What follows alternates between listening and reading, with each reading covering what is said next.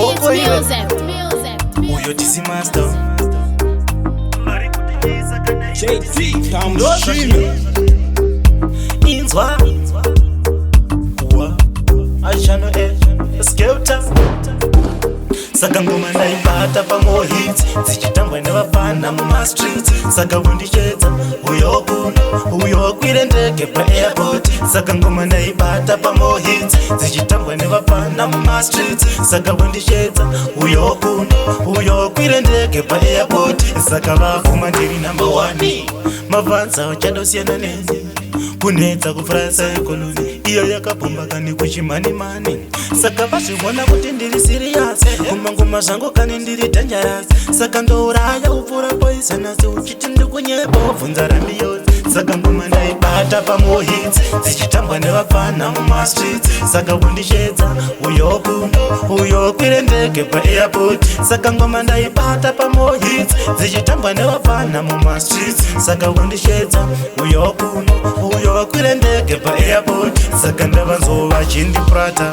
avaudza vachandibata saka kunge pfungwa kashata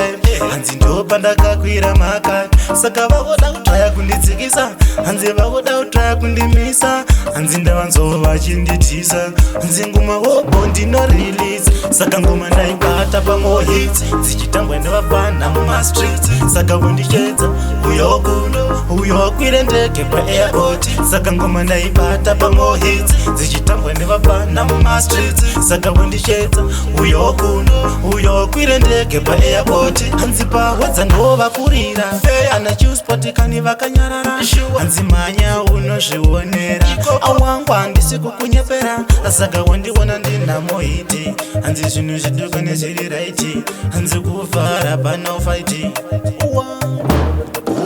saka ngoma ndaibata pamohits bata pamohits saka ngoma ndaibata pamohits saka ngoma ndaibata pamohits bata pamohits imi ndaingobata pamohits skeuta iwe Dizzy Master saka vafuma ndiri number 1 mabvanza uchadosiyana neni